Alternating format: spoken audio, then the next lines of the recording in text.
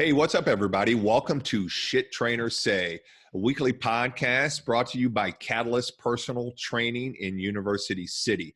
These are conversations that we have every day with our clients. And yes, we still see our clients every day. We're servicing them virtually and online in anticipation of opening on May 18th.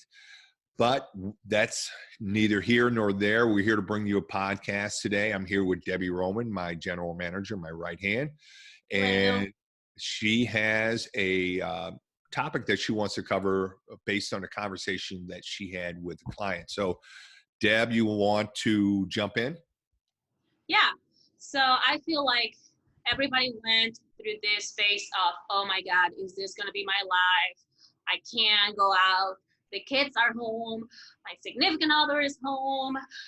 What am I going to do with my life now? Right. So we kind of learn how to go through this. And I feel like everybody now, or the majority of people, are in a good place mentally, of, okay, we can see the light at the end of the tunnel, but we do know that it's just not going to be the same as before this happened. So I want to invite you and encourage you today to really try to think ahead just a little bit. I mean, I know that everything is unpredictable right now, but just think ahead to what's going to happen when the gym opens back up, the restaurants open back up.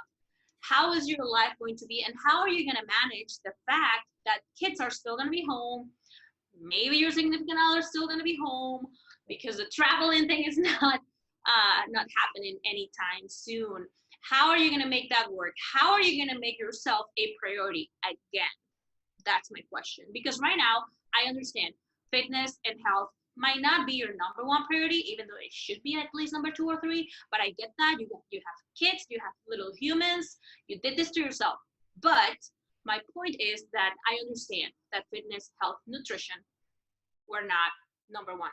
So how are you going to make that transition for the new normal, your new life, to still try to reach those goals, still try to work towards a healthier, better version of yourself? So that's going to look different for you, for me, for Jim, for everybody. And we're here to give you as many options and tools and help you as much as we can. But I think that this is something that we really need to think about. We shouldn't just jump right into, oh my God, everything's open and now I don't know what I'm going to do.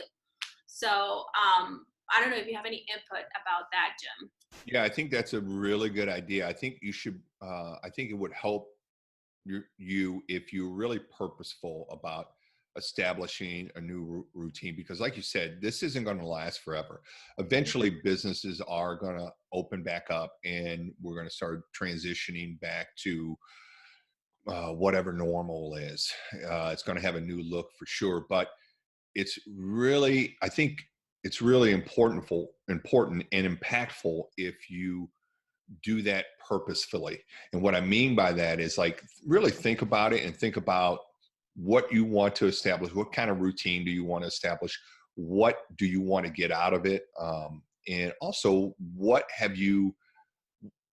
positives have you achieved in quarantine that you can take with you into that brave new world?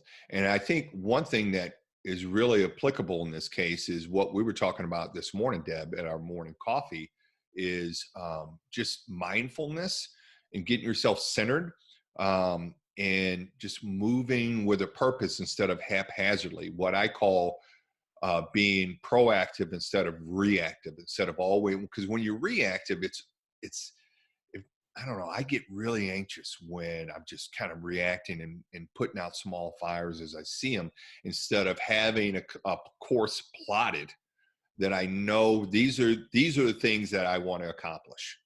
That little fire over there doesn't have anything to do with what I'm trying to accomplish, so I'm going to let it go.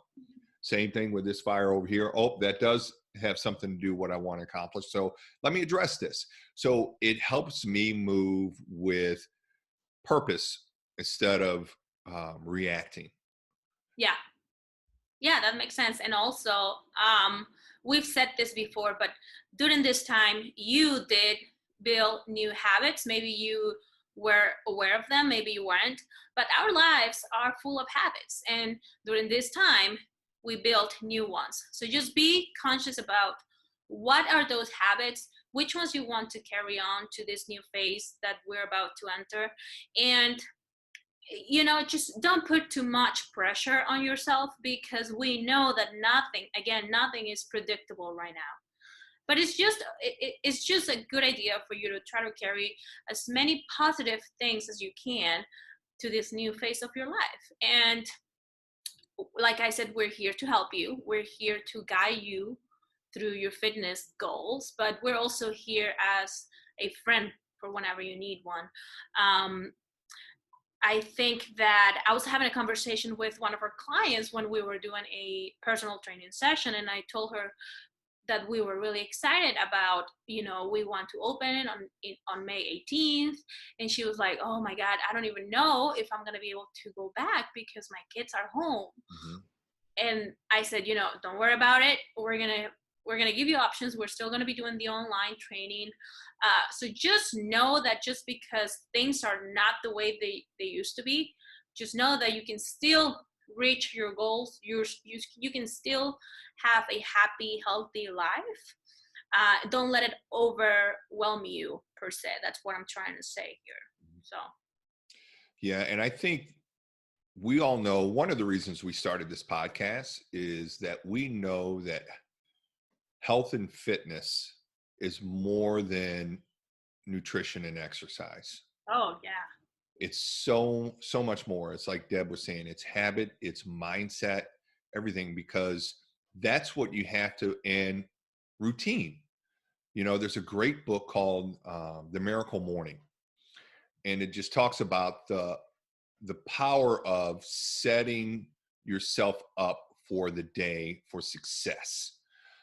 Establish routines that or establish a morning routine that gives you clear goals for the day, kind of centers you and sets you up for success for that day. And I think that's so critical. And it goes toward, like, if you do that and include maybe your health and wellness in that, which is really a high priority these days, Yeah. then you stand a much better chance of achieving that goal. Like, say, if I'm like, okay, I'm going to eat you get centered and you go, okay, what is my goal? My goal is to not get sick. Okay, so what do I need to do to not get sick? Okay, face mask, gloves, whatever precautions you want to take. But also, it's, well, I need to keep my body functioning optimally. I need to keep my um, nutrition up. So, and I need to exercise, because we've known for a long time that this helps boost the immune system and helps you fight off any kind of infection or virus that you may get. So if I am in the morning and I know that not getting sick is my priority, then I have to think about what that entails: eating good food, working out, setting up a routine so I can schedule all of those things so my day doesn't take me hostage and I can't tear myself away to go and get something healthy to eat or go and exercise. But if I, in the morning, purposely lay out my day, lay out my plan for the day. Now, stuff happens, shit happens, everybody knows that, but probably 90% of the time or higher, you're going to be able to stick to that plan. So if you can plan that in the morning, then you have a much better chance of getting back to your home and getting back in your bed at night, not sick. But getting not sick encapsulates a lot. So that's what I mean when I say health and fitness is more than just diet and exercise. It's mindset, it's habit, it's structure, it's routine, and all of that stuff. And if you're running around, what I get it a lot actually. I have, it's a real struggle for me not to get the monkey brain where I'm just like, ooh, squirrel. But when I do that, then I have a much more productive day. My anxiety levels are down, my stress levels are down, and I find myself happier at the end of the day because I reflect back and I'm thinking, oh yeah, I was able to accomplish those goals for today. Or, I didn't accomplish that one goal, but we're going to try it again tomorrow. So that's what I mean when we're talking about being able to make that transition to the new normal instead of reacting to everything around you and letting your anxiety and your fear and everything and stress levels rise, which actually harm your immune system more than Yeah. they help it. If I can say, okay, this is where I am, this is what I want to be, this is what I want to do, and this is my goal, these are my goals for the day, then I can have all this stuff changing around me and still stay right here. And then my stress levels, my anxiety level, my fear level is way down, which actually helps boost my immune system. Yeah. Deb, you want to add to that? Yeah, the last thing I want to say is that remember that everybody is going through this. So it's going to be a challenge for everybody. So do not be afraid of, talking to your family, to your friends, to your spouse or whoever, just to make sure that everybody's on the same page, especially in your household, because you need your support system. And if you do want to stick to your habits in your routine, it is just always a good idea to have someone to keep you accountable at home. And it's just going to make your life happier and easier just in general to have a team at home. So get your kids involved, get your spouse involved, and it'll feel more like it's your life, like that's the way your life is, and it's not going to feel like something you have to do on your own, if that makes sense. So yeah. All right. Well, I will close with sharing with everybody my quarantine haircut. My hair was getting really And shaggy. I didn't notice. Yeah, I think myself and my wife were the only ones that noticed, but I just took a clipper and buzzed my head. It actually turned out pretty good. I'm pretty happy with it, actually. But until next time, we'll see you guys next week for another episode of the podcast. And until then, we hope you are well. Bye. Bye.